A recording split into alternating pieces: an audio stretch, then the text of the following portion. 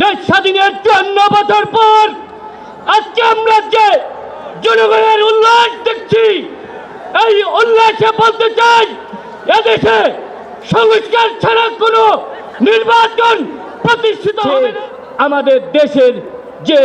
নেতৃত্ব দান করবেন আগামীতে, উনি হলেন আমাদের ইসলামী আন্দোলনের সম্মানিত সভাপতি এবং আজকে স্টেজে উপস্থিত আছেন বিভিন্ন রাজনৈতিক দলের জাতীয়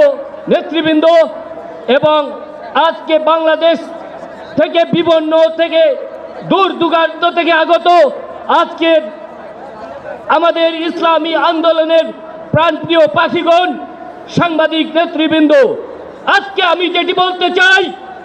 দেশ স্বাধীনের 54 বছর পর আজকে আমরা যে জনগণের উল্লাস দেখছি, এই উল্লাসে বলতে চাই এদেশে সংস্কার ছাড়া কোনো নির্বাচন প্রতিষ্ঠিত হবে না,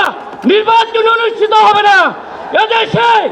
সংস্কারবিহীন নির্বাচন গণতন্ত্রের নির্বাচন, সংস্কারবিহীন নির্বাচন গণতন্ত্রের পূর্ণবাসন। এই গণতন্ত্রের যেন পূর্ণবাসন না হয়, এজন্য আমাদের ইসলামী আন্দোলনের হাতকে শক্তিশালী করে আগামী নেতৃত্বে হাত পাকে মার্কায় ভোট দিয়ে এদেশকে রাষ্ট্র পরিচালনা করার জন্য